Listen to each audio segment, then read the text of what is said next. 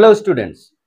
আজি আমি আৰম্ভ কৰিম কেইটামান MCQ অৰ্থাৎ গুৰুত্বপূৰ্ণ MCQ যেটা সম্ভাব্য প্ৰশ্ন হ'ব পাৰে যে চেপ্টাৰ 1 যেটো ৰাসায়নিক বিক্ৰিয়া আৰু সমীকৰণ যি অধ্যায়টো আছিল অধ্যায় 1 দশম শ্ৰেণীৰ বিজ্ঞানৰ এই অধ্যায় 1 ৰ কিছুমান সম্ভাব্য কি কৰিম আমি MCQ আলোচনা কৰিম বস্তুনিষ্ঠ প্ৰশ্ন বা বহু বিকল্প প্ৰশ্ন মাল্টিপল চয়েস কোৱেশ্চন কিছুমান আমি আলোচনা কৰিম প্ৰথম প্ৰশ্নটো যদি চাও প্ৰথম প্ৰশ্নত কি দিয়া আছে যে তলৰ কোনটো ৰাসায়নিক প্ৰক্ৰিয়া নহয় যে কোনটো ৰাসায়নিক প্ৰক্ৰিয়া নহয় ইয়াতে কেইটামান অপচন দিয়া আছে যে এ অপচন দিয়া আছে পানীৰ বাষ্পীকৰণ বি অপচন দিয়া আছে খাদ্যৰ শৰীৰত খাদ্যৰ হজম ডি দিয়া আছে খাদ্যৰ প্ৰস্তুতকৰণ আৰু ডি দিয়া আছে মমৰ দহন অৰ্থাৎ এই অপচন কেইটাৰ ভিতৰত কোনটো হ'ব কি আমাৰ ৰাসায়নিক প্ৰক্ৰিয়া নহয় বুলি কৈছে মানে এইবাৰৰ ভিতৰত তিনটা ৰাসায়নিক প্ৰক্ৰিয়া হয় তাৰে এটা ৰাসায়নিক প্ৰক্ৰিয়া নহয় এতিয়া যদি চাও প্ৰথম যেটো দিয়া আছে অপচন এ পানীৰ বাষ্পীকৰণ মানে কি ইয়াত পানী কি হৈছে জুলিয়াৰ পৰা গেছীয় অৱস্থালৈ গৈছে ইয়াত পানীৰ অণুটোৰ কি হোৱা নাই কোনো ৰাসায়নিক চেঞ্জ হোৱা নাই গতিকে এইটো কোনো ধৰণৰ ৰাসায়নিক বিক্ৰিয়া নহয় শৰীৰত খাদ্যবস্তুৰ হজম হোৱা এবাৰ খোৱাৰ পিছত হেতু হজম হৈ শক্তিলৈ ৰূপান্তৰিত হৈ যায় ইয়াক আকৌ পুনৰাই খাদ্য হিচাপে ঘূৰাই পাব নোৱাৰো গতিকে এটা ৰাসায়নিক প্ৰক্ৰিয়া একেদৰে খাদ্যৰ প্ৰস্তুতকৰণ খাদ্য যেতিয়া হিজোৱা হয় হিজোৱাৰ পিছত আকৌ কেঁচা খাদ্য ঘূৰাই পাব নোৱাৰো মানে এটো এটা কি পাৰ্মানেন্ট চেঞ্জ অৰ্থাৎ এটো এটা কি ৰাসায়নিক প্ৰক্ৰিয়া মমৰ দহন মম দহন কৰিলে পুৰিলে এটো উৰি শেষ হৈ যায় গতিকে ইয়াৰো কি নহয় আৰু ঘূৰাই পাব নাযায় গতিয়া এটো হৈছে ৰাসায়নিক প্ৰক্ৰিয়া অৰ্থাৎ ৰাসায়নিক প্ৰক্ৰিয়া নোহোৱাটো হৈছে কি অপচন এ টু কাৰেক্ট দুই নম্বৰত কি দি আছে যে হাইড্ৰোক্লোৰিক এসিড লোৰ টুকুৰা ঢালিলে কি হ'ব অৰ্থাৎ হাইড্ৰোক্লোৰিক এসিড যদি লোৰ টুকুৰা এটা ঢালি দিয়া যায় তেতিয়া হলে কি হ'ব যে এক নম্বৰ অপচন দিছে ক্লোৰিন গ্যাস আৰু লোৰ হাইড্ৰক্সাইড প্ৰস্তুত হ'ব বি নম্বৰ দিছে লোৰ লৱণ আৰু পানী প্ৰস্তুত হ'ব হাইড্ৰোজেন গ্যাস আৰু লোৰ ক্লোৰাইড প্ৰস্তুত হ'ব আৰু ডি দিছে কোনো ধৰণৰ বিক্ৰিয়া নহয় এতিয়া কি কৈছে যে আমাক লোৰ টুকুৰা অৰ্থাৎ আইৰণক কাৰ লগত লগ লগাইছে হাইড্ৰোক্লোৰিক এসিডৰ মাজত ডুবাইছে ডুবোৱাৰ ফলত আমি জানো যে ধাতুৱে এসিডৰ সৈতে বিক্ৰিয়া কৰি কি কৰিব ধাতব লৱণ প্ৰস্তুত কৰিব আৰু হাইড্ৰোজেন গ্যাস মুক্ত কৰিব অৰ্থাৎ হাইড্ৰোজেন গ্যাস আৰু লোৰ ক্লোৰাইড বা আইৰণৰ কি হ'ব ক্লোৰাইড উৎপন্ন কৰিব অৰ্থাৎ কোনটো অপচন শুদ্ধ হ'ব অপচন সি নম্বৰটো কি হ'ব শুদ্ধ হ'ব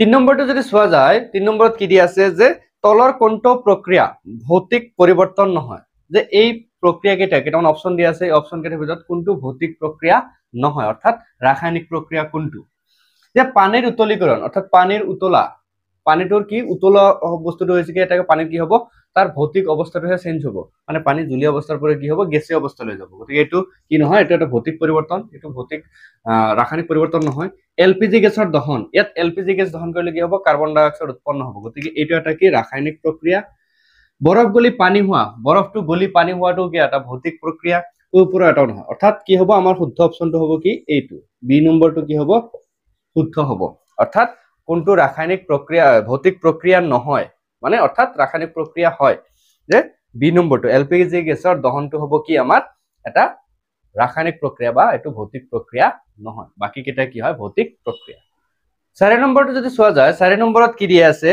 যে তলৰ কোনটো তাপ শোষক প্ৰক্ৰিয়া অৰ্থাৎ তা কোনটো প্ৰক্ৰিয়াত কি হৈছে তাপ গ্ৰহণ হৈছে বা তাপ শোষণ কৰিছে যে সালফিউৰিক এসিডৰ লঘুকৰণ আমি জানো যে এসিড লঘু কৰোতে কি হয় তাপ উৎপন্ন হয় অৰ্থাৎ এটো শোষণ নকৰে অৰ্থাৎ এটো নহব শুকান বৰফৰ ঊৰ্ধ্বপাতন অৰ্থাৎ শুকান বৰফ বা গোটা কাৰ্বন ডাই অক্সাইড কি বুলি কোৱা হয় শুকান বৰফ বুলি কোৱা হয় তাক তাপ দিলে কি হ'ব তাৰ ঊৰ্ধ্বপাতন ঘটিব অৰ্থাৎ শুকান বৰফে কি কৰে জলীয় বাষ্পৰ পৰা তাপ শোষণ কৰি ঊৰ্ধ্বপাতন ঘটে এটোকে তাপ শোষণ কৰিব জলীয় বাষ্পৰ ঘটিব পাৰে এতিয়া জলীয় বাষ্পক ঠাণ্ডা কৰি অৰ্থাৎ চেঁচা কৰি তাপ তাৰ পৰা আঁতৰ কৰি কি কৰা হৈছে ঘনীভৱন কৰা হৈছে গতিকে এটো তাপ শোষণ কৰা নাই তাপ এৰিহে দিছে পানীৰ বাষ্পীকৰণৰ ক্ষেত্ৰতো কি হ'ব এটো তাপ শোষণ কৰিব কাৰণ তাপ দিলেহে পানী কি হ'ব বাষ্পলৈ পৰিণত হ'ব গতিকে 2 আৰু 4 টো শুদ্ধ হ'ব অৰ্থাৎ অপচন যদি চোৱা যায় এ নম্বৰত দিছে 1 আৰু 2 গতিকে 1 টো শুদ্ধ নহয় গতিকে এ নম্বৰ শুদ্ধ নহব বি নম্বৰ দিছে মাত্ৰ 2 অকল মাত্ৰ 2 টোহে শুদ্ধ নহয় তো 4 নম্বৰ শুদ্ধ আছে গতিকে বি নম্বৰটো হ'ব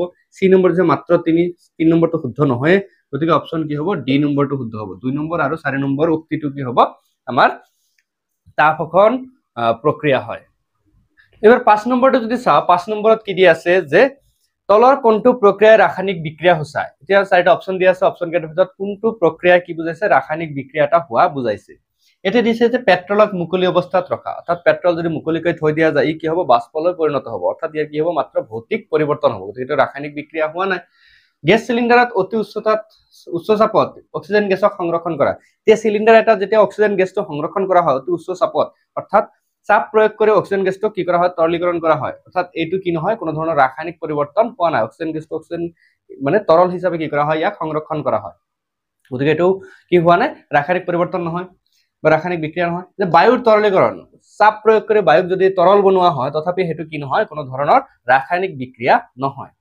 এতিয়া 2 নম্বৰ আছে বায়ুৰ উপস্থিতিত কপাৰক অতি উচ্চতাত গৰম কৰা, এতিয়া বায়ুৰ উপস্থিতিত কপাৰক ধাতুক যদি কি কৰা হয় গৰম কৰা হয়, বায়ুৰ উপস্থিতিত অক্সিজেন তেতিয়াহ'লে তাৰ পৰা কি উৎপন্ন হয় কপাৰ অক্সাইড, কলা কলা ছাই উৎপন্ন হয়, কলা অধক্ষেপ উৎপন্ন হ'ব, গতিকে এইটো হৈছে কি কপাৰ অক্সাইড উৎপন্ন হ'ল, অৰ্থাৎ কপাৰ অক্সিজেনৰ লগত বিক্ৰিয়া কৰি কপাৰ অক্সাইড উৎপন্ন কৰিলে, গতিকে এইটো এটা কি হ'ব ৰাসায়নিক বিক্ৰিয়া, অৰ্থাৎ শুদ্ধ অপচনটো হ'ব ডি নম্বৰটো।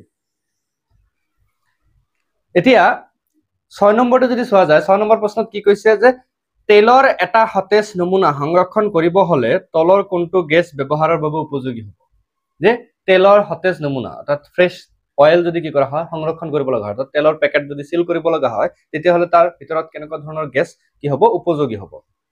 তাৰে অপচন এ দিয়া আছে নাইট্ৰজেন আৰু অক্সিজেন, অৰ্থাৎ নাইট্ৰজেন বা অক্সিজেন গেছ যদি দিয়া যায় তেতিয়াহ'লে সেই তেলৰ পেকেটত কি কিবা অসুবিধা হ'ব নেকি সংৰক্ষণ কৰোতে। আমি যদি জানো যে কি হয় তেলবিলাকে অক্সিজেনৰ লগত লগালগ কি কৰে বিক্ৰিয়া কৰে, মানে অক্সিডাইজ হয়, জাৰিত হৈ অক্সিজেনৰ উপস্থিতিত কি হ'ব জাৰিত হৈ দুৰ্গন্ধযুক্ত ওলাব, গতিকে এইটোতো হ'বই নোৱাৰে। বি নম্বৰ হিলিয়াম বা নাইট্ৰজেন, হয় তেলে কি নকৰে নাইট্ৰজেন বা হিলিয়ামৰ নিচিনা নিষ্ক্ৰিয় গেছ, অৰ্থাৎ হিলিয়ামটো এটা সম্ভ্ৰান্ত গেছ, হিলিয়ামে কোনো ধৰণৰ বিক্ৰিয়া নকৰে, কিন্তু তেলৰ লগত নাইট্ৰজেনৰ কোনো ধৰণৰ বিক্ৰিয়া নহয়, গতিকে এইটো হ'ব পাৰে। কাৰ্বন ডাই অক্সাইড আৰু অক্সিজেন, অক্সিজেনটো হ'লেতো বিক্ৰিয়া কৰিব জাৰিত হ'ব, গতিকে জাৰিত হৈ এইটো হ'ব নোৱাৰে। একেদৰে কাৰ্বন ডাই অক্সাইডে কি কৰে তেলৰ লগত বিক্ৰিয়া কৰি আমি দুৰ্গন্ধযুক্ত হ'ব পাৰে, গতিকে এইটোও নহ'ব, গতিকে আমাৰ কাৰণে শুদ্ধ অপচনটো হ'ব কি বি নম্বৰটো, হিলিয়াম বা নাইট্ৰজেন গেছটো কি হ'ব তেলৰ নমুনা সংৰক্ষণ কৰাৰ কাৰণে ভাল হ'ব। এবাৰ 7 নম্বৰটো যদি লক্ষ্য কৰোঁ 7 নম্বৰ প্ৰশ্নত কি কৈছে যে চূনৰ সৈতে পানীৰ বিক্ৰিয়া হৈছে কোনটো, মানে তলত কেইটামান অপচন দিয়া আছে, চূনৰ লগত পানীৰ বিক্ৰিয়া হ'লে অৰ্থাৎ চূন হৈছে কি কেলছিয়াম কাৰ্বনেট তাৰ লগত যিটো পানীৰ বিক্ৰিয়া, এই বিক্ৰিয়াটো হৈ যি উৎপন্ন হয় সেইটো কেনেকুৱা ধৰণৰ বিক্ৰিয়া, যে সংযোজন বিক্ৰিয়া নে দ্বি প্ৰতিস্থাপন বিক্ৰিয়া নে বিযোজন বিক্ৰিয়া নে প্ৰতিস্থাপন বিক্ৰিয়া, এই ক্ষেত্ৰত চূনে পানীৰ লগত বিক্ৰিয়া কৰি কি উৎপন্ন কৰিব কেলছিয়াম হাইড্ৰক্সাইড উৎপন্ন কৰে লগত কাৰ্বন ডাই অক্সাইড উৎপন্ন, কেলছিয়াম হাইড্ৰক্সাইড উৎপন্ন কৰিব আৰু কাৰ্বন ডাই অক্সাইড উৎপন্ন কৰিব, আৰু এই বিক্ৰিয়াটোক কি বুলি কোৱা হয় যেহেতু পানী আৰু কেলছিয়াম কি কৰে লগ লাগি কেলছিয়াম হাইড্ৰক্সাইড উৎপন্ন কৰে, গতিকে এইটো এটা কি হ'ব সংযোজন বিক্ৰিয়া, অৰ্থাৎ আমাৰ কি হ'ব এ নম্বৰ অপচনটো শুদ্ধ হ'ব, এইটো এটা কি হ'ব সংযোজন বিক্ৰিয়া। এবাৰ 8 নম্বৰটো যদি চাওঁ 8 নম্বৰত কি দিয়া আছে যে তলৰ কোনটো তাপবৰ্জী প্ৰক্ৰিয়া, এতিয়া প্ৰক্ৰিয়া কেইটামান দিয়া আছে বিক্ৰিয়া কেইটামান দিয়া আছে সেইবোৰ কোনটো তাপবৰ্জী অৰ্থাৎ তাপ উৎপাদন কৰে, সেইবোৰ যদি চাওঁ যে প্ৰথমটো হৈছে এচিডৰ লঘুকৰণ, হয় এচিডৰ লঘুকৰণ কৰোতে কি হয় তাপ উৎপন্ন হয়, গতিকে এটা তাপবৰ্জী প্ৰক্ৰিয়া হ'ব। পানীৰ বাষ্পীকৰণ কৰোতে আমি তাপ যোগান ধৰিব লাগিব, গতিকে এইটো নহয়। কৰ্পূৰৰ ঊৰ্ধ্বপাতন কৰিবলৈ হলেও সেইটো কি হয় তাতে তাপৰ শোষণ হয়, গতিকে এইটো নহ'ব।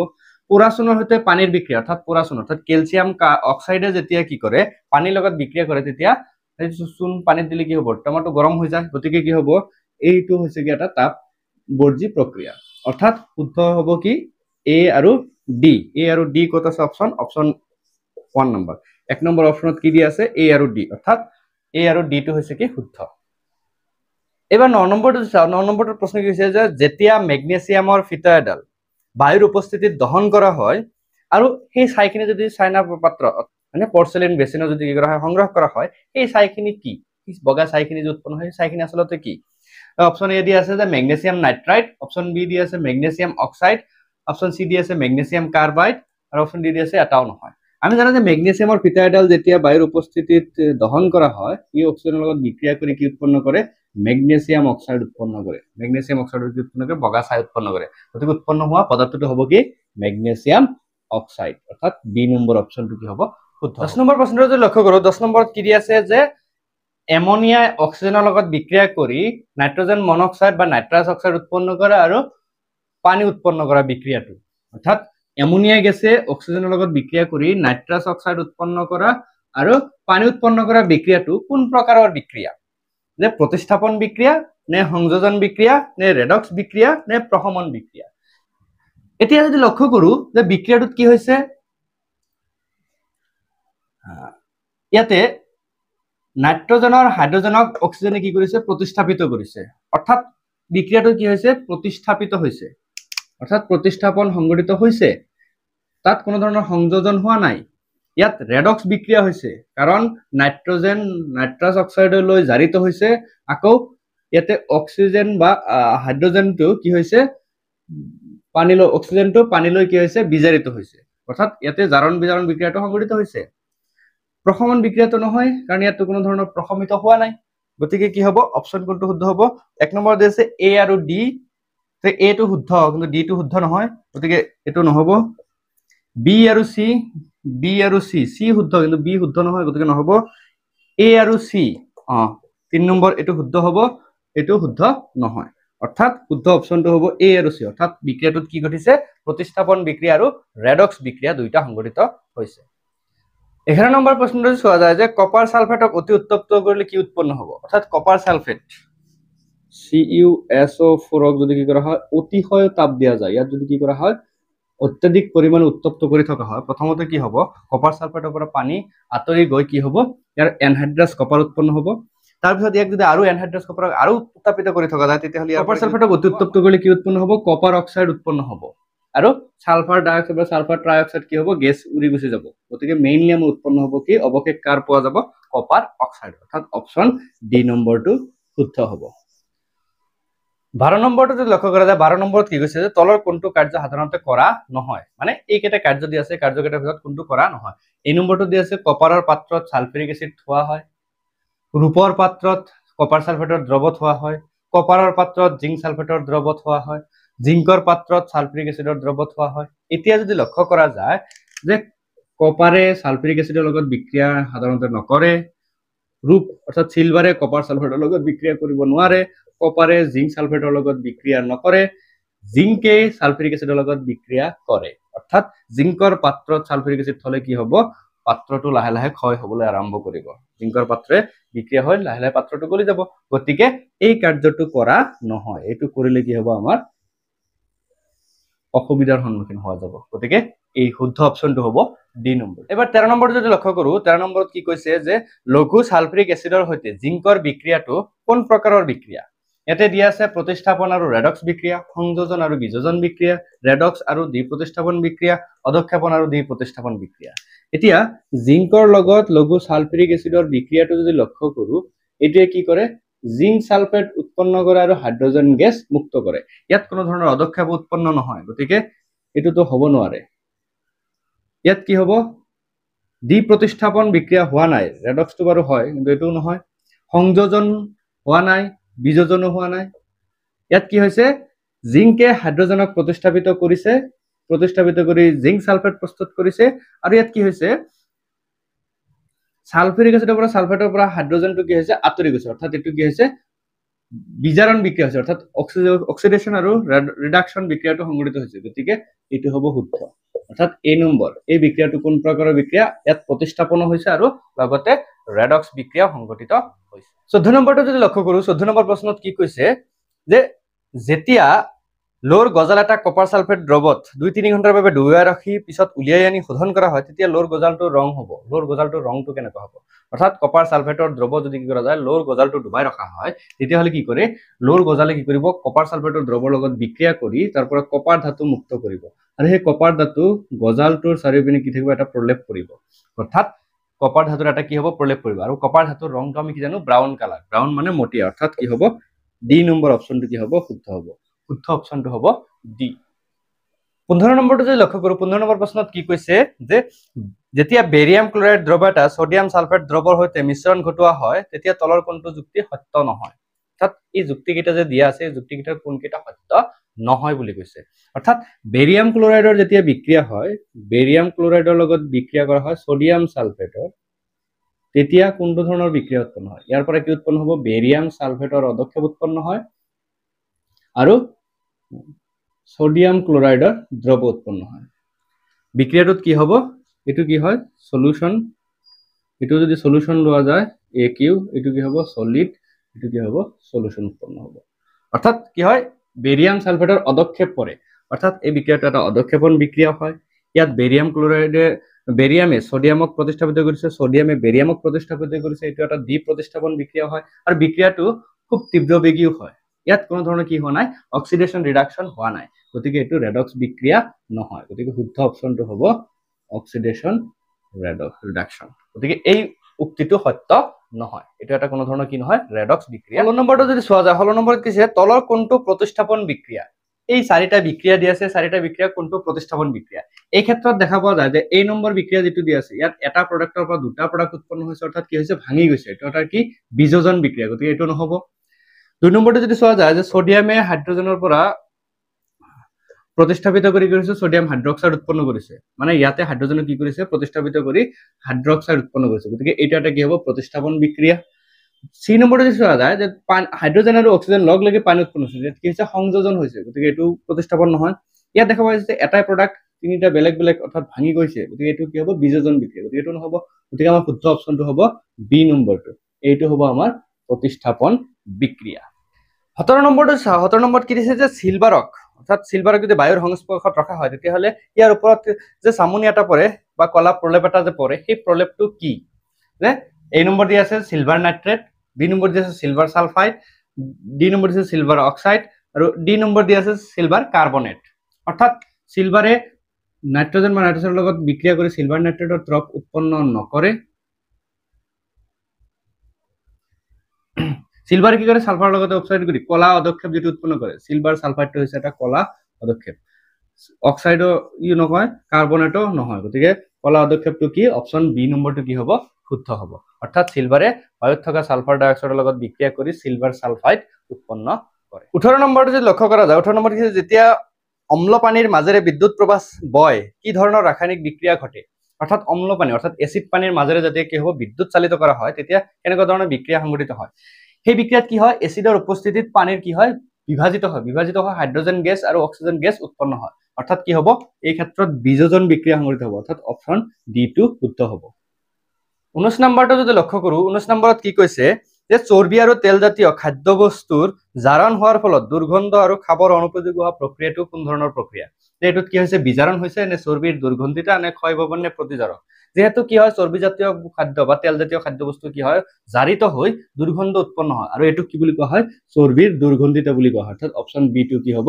শুদ্ধ। ইয়াত কি নহয়? বিজাৰণ সংঘটিত নহয়, ক্ষয়ভৱন নহয়, প্ৰতিজাৰকো নহয়। 20 নম্বৰটো যদি লক্ষ্য কৰা যায় যে যেতিয়া সেউজীয়া ৰঙৰ ফেৰাছ সালফেট স্ফটিক উত্তপ্ত কৰা হয়, তেতিয়া স্ফটিকৰ ৰং পৰিৱৰ্তন হোৱাৰ কাৰণটো হৈছে যে কি হয়? ফেৰিক অক্সাইডলৈ বিয়োজন হয়, নে সালফাৰ ডাই অক্সাইড প্ৰস্তুত হয়, নে সালফাৰ ট্ৰাই অক্সাইড প্ৰস্তুত হয়, নে ই পানীৰ অণু হেৰুৱায়? যেতিয়া কি কৰা হয়? যে ফেৰাছ সালফেটটো কি থাকে? FeSO4.7H2O, অৰ্থাৎ যেটো আমাৰ সেউজীয়া ফেৰাছ সালফেট স্ফটিক থাকে, তাত 7টা ওয়াটাৰ অফ ক্ৰিস্টালাইজেশন থাকে। ইয়াক তাপ দিলে ইয়াৰ পৰা সেউজীয়া ৰংটো নোহোৱা হোৱাৰ মূল কাৰণ হৈছে কি? ই FeSO4, অৰ্থাৎ অনাদ্ৰ কি হয়?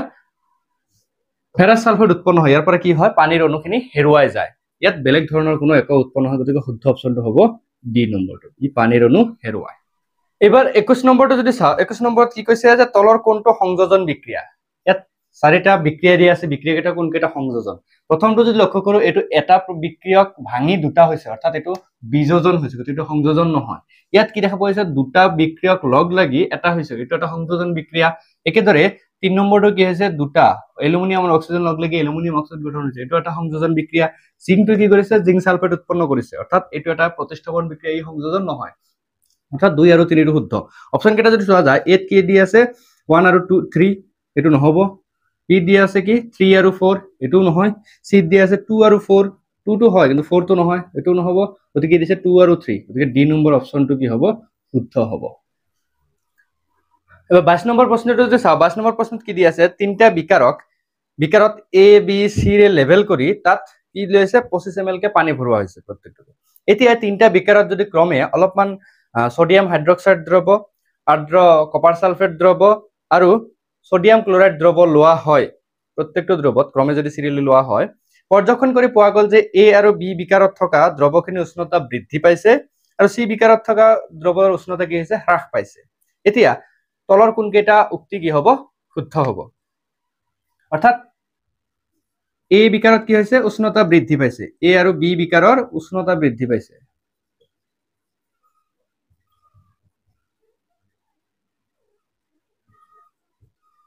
উষ্ণতা বৃদ্ধি হৈছে আৰু সি কি হৈছে উষ্ণতা